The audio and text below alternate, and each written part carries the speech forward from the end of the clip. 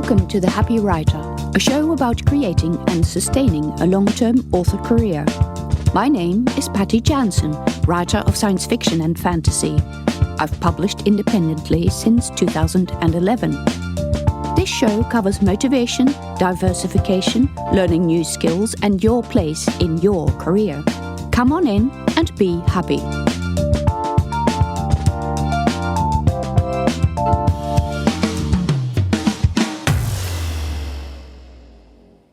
In episode 33 of The Happy Writer, I'm going to give you some thoughts about the question whether or not we should write about the pandemic or any other recent important real-world events in our fiction.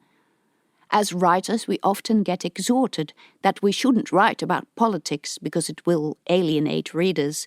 Of course, writing about politics or religion in a very open way that tells people what to do is probably going to put off a lot of people.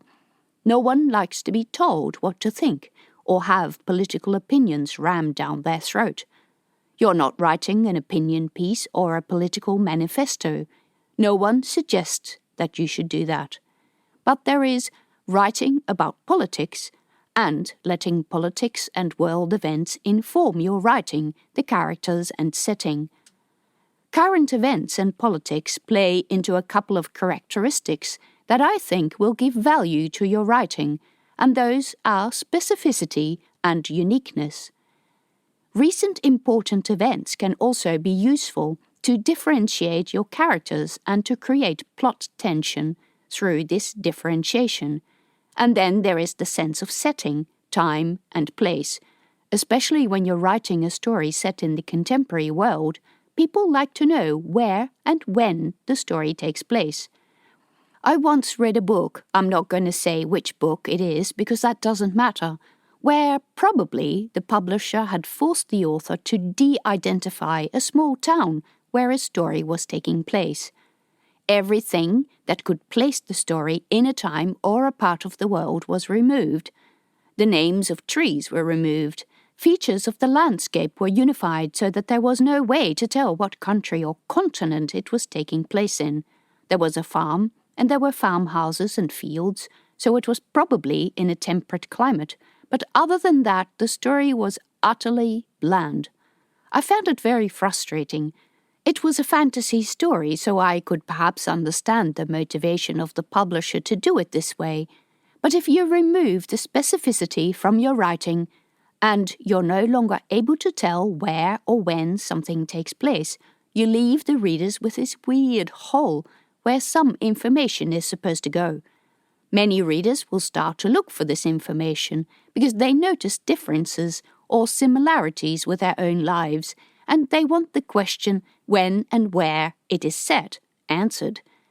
Well, if the story is good, the lack of this type of detail may not actively drive readers away. But if they're a little bit on the fence about the story, it might. Not just that, but it leaves the people thinking why this was necessary. The story would have been better, more specific and relatable with the information. In some stories, it may indeed be possible to remove the location and time and still tell the same story. But don't tell me that when you're reading a romance, your experience is not going to be enhanced by the fact that it takes place in a certain environment that is described.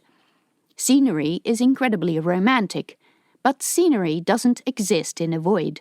It exists in a time frame, and things happen during that time frame.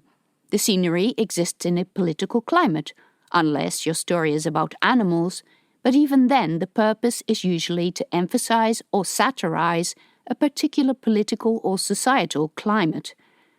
Even something like an office romance would benefit from describing aspects of the city where it takes place as the characters go to work or go out.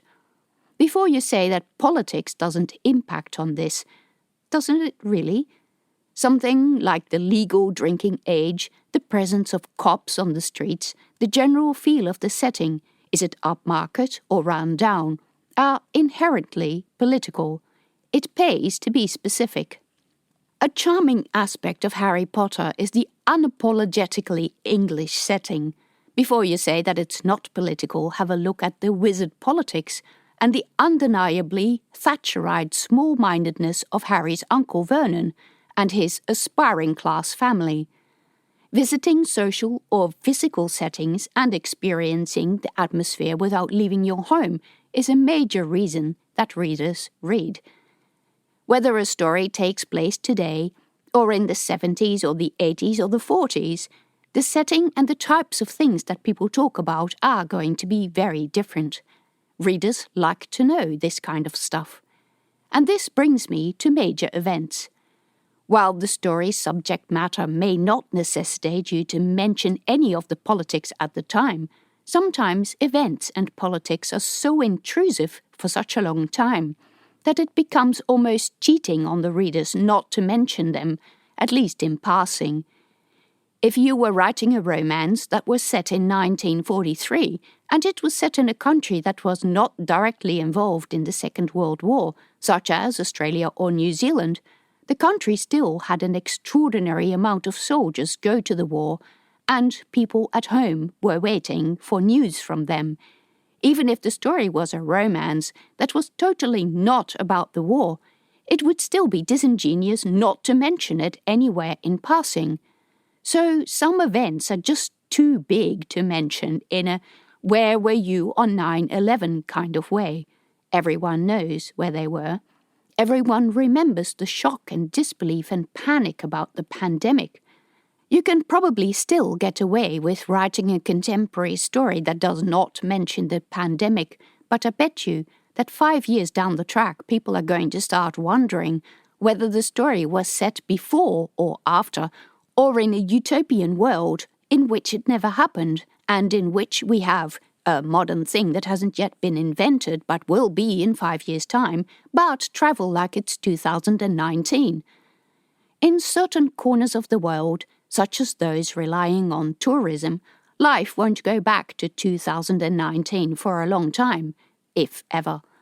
But, most importantly, grounding a story in a clear when and where that includes world events makes it more interesting. You can make your characters interact with the setting. You don't even have to name the event or the political movement, but you can give the characters depth by using it to differentiate them. That doesn't mean that they have to sprout political opinions, but you would be surprised how much of what we say is informed by those opinions anyway. In crime and mystery, characters need motivations about why they did what they did, not just what brought them to commit the crime, but what pushed them to the outer fringes of society. They were from a poor economic class. They had an untreated mental illness. The reasons behind a lot of the factors that go into a crime are likely to be at least somewhat political. You need to ground this in some way. For example, if some character holds an opinion or identity that is a big problem, you need to put them into a situation where that is indeed a problem, because it won't be everywhere. This could be a setting in a place, a town, a country, or community, or in time. But you need to mention the space and the time.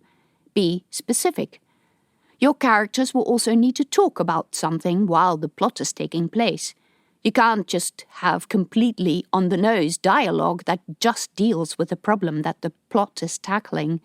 So in summary, unless you write a particular type of book, world events and politics will probably inform your writing to a certain extent. There are a lot of ways to be subtle about it, and you can inform the different viewpoints in politics to differentiate your characters. It can create additional conflict between them and give them depth. World events that are really big probably have too much impact on our daily lives to be ignored. In some parts of the world, there are very distinct turning points that define freedom or lack thereof. Life does not take place in a bland or generic setting. Your story's environment will be so much more specific and interesting when you let it interact with these events. Again, it doesn't mean that you have to preach your own opinion. In fact, you really shouldn't do that. And that is probably what people mean when they say don't write about politics. Thank you for listening to the Happy Writer Show. Check out links and information about other episodes on my website at pattyjansen.com. where you can also find out about my books. You can support me by subscribing to the show or on Patreon at patreon.com/PattyJansen.